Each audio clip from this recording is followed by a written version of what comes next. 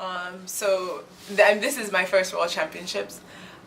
It's been a great experience for me as being my first World Championship, and I just got out of the NCAA 2 years ago, and so my time here has been challenging as far as the competition aspect of it, but then as far as just learning and getting experience as an athlete, I think it's overall been great.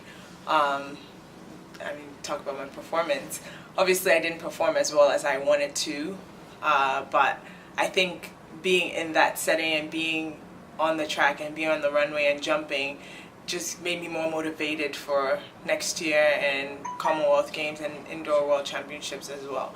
And so I'm leaving with a mindset of motivation, knowing what I need to do for the next phase of no pun intended, but for the next phase of my triple jump career.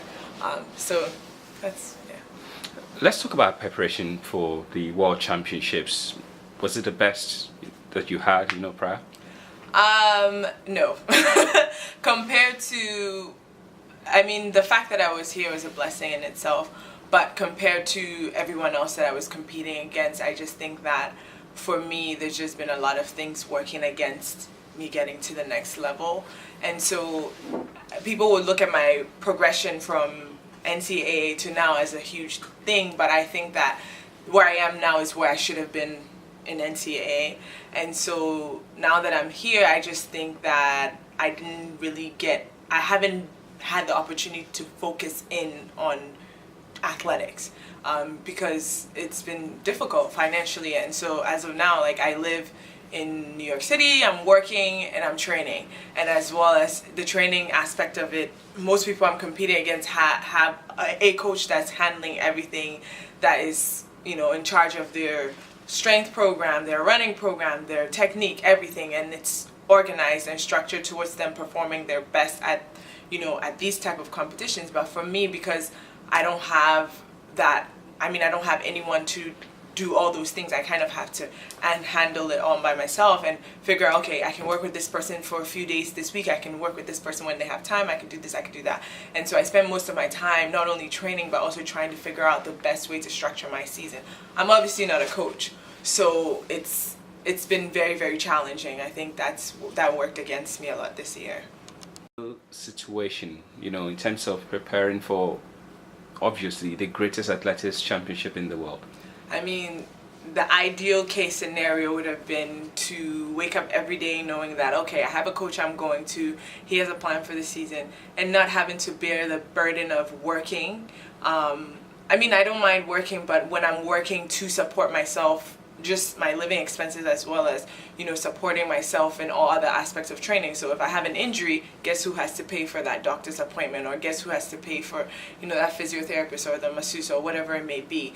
And so the ideal scenario would be just to have a lot of those external variables covered, and so having financial support, covering my travel expenses. Luckily for me, Central Park Track Club, which is a track club I am part of in New York, is able to pay for some of my meets and my travel expenses, so that hasn't been that big of a deal, and so I'm grateful for them. But as far as they do that for a lot of other athletes, and so I'm not the only person they have to help, so they pick, they have priorities as well, and so there's still a lot of expenses that I have to cover. That means that I'm working more than I'm training, or I'm working a lot and then I still have to balance that with training. My days start at 8 a.m. and I don't get home till 9 p.m. And for someone who's trying to compete on that level, coming home at 9 p.m. and then trying to make dinner and do everything and seeing the time that I'm going to bed, it's just a lot of time is spent outside of training, and it's taking away from all the work that I'm putting in.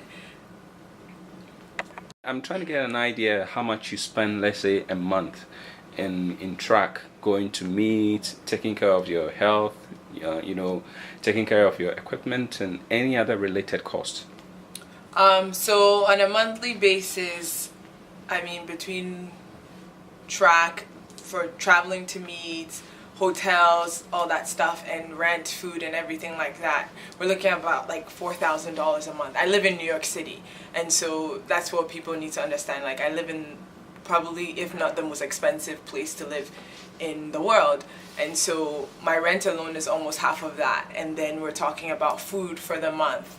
And when I travel to the meets, plane tickets. So if I'm going to maybe 2 meets that month, and it's not in the US, well, say it's in the US, even still, we're talking about $300 a flight. And then hotel for 2 days of that meet, that's another $300 that I'm spending. So we're looking at least $4,000 a month. And if you think about the whole track season, that's 9 months. That's what, $36,000 of living and track expenses altogether.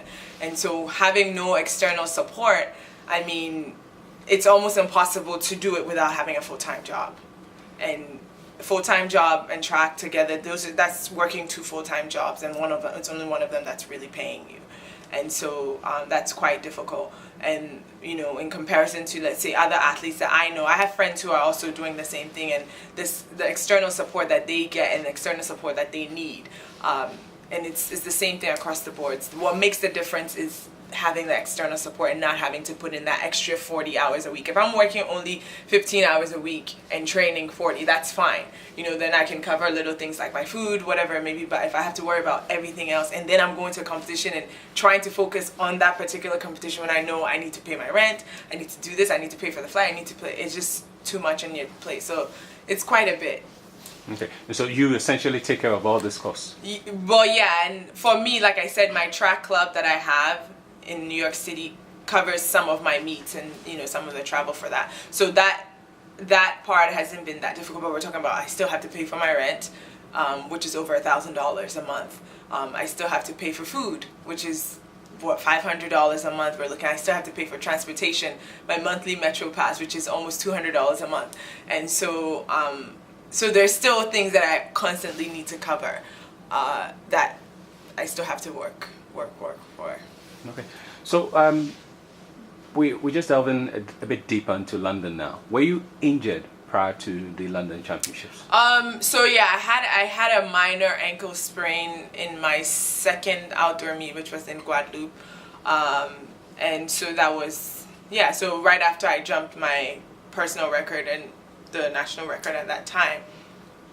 So I had a minor ankle sprain, and normally what happens with those kind of injuries is if you do have a coaching structure that's focused on the long-term goals and your coach understands where you're trying to be, there are certain changes that can be made in the program that would accommodate for that and help you, give you time to heal, and also give you time to perform your best when you get to these sort of meets.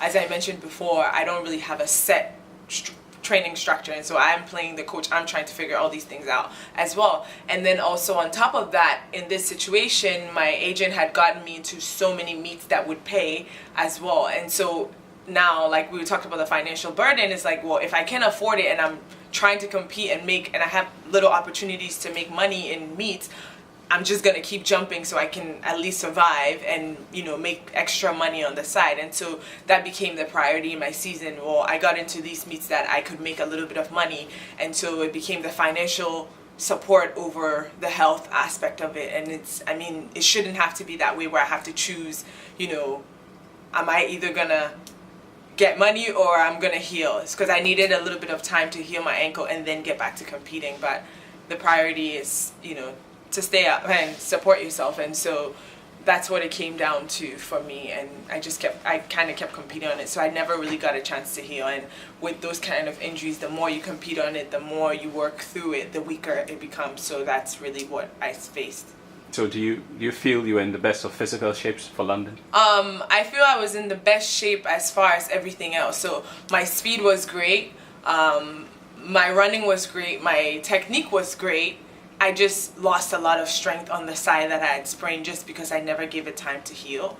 And so it was one of those situations. I was executing well, but I wasn't getting the results that I should get just because there was nothing left on that foot. So it's almost like, you push something to its limit and it just really cannot give you much anymore. So that's really what happened with me.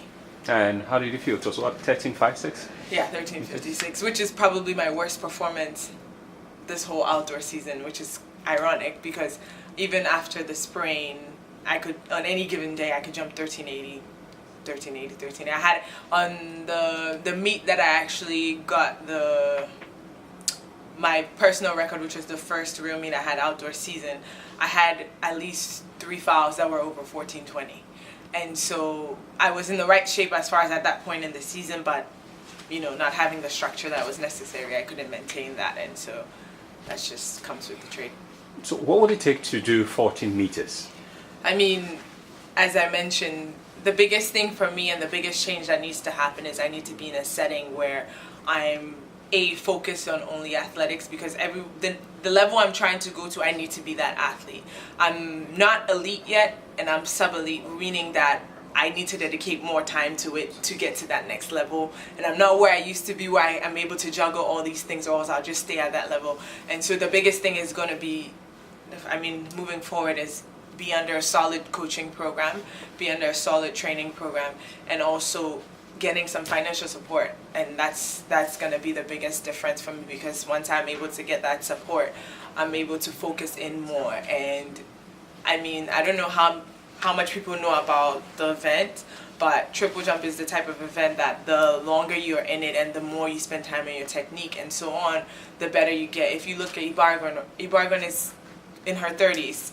She has at least 8 years of experience over me.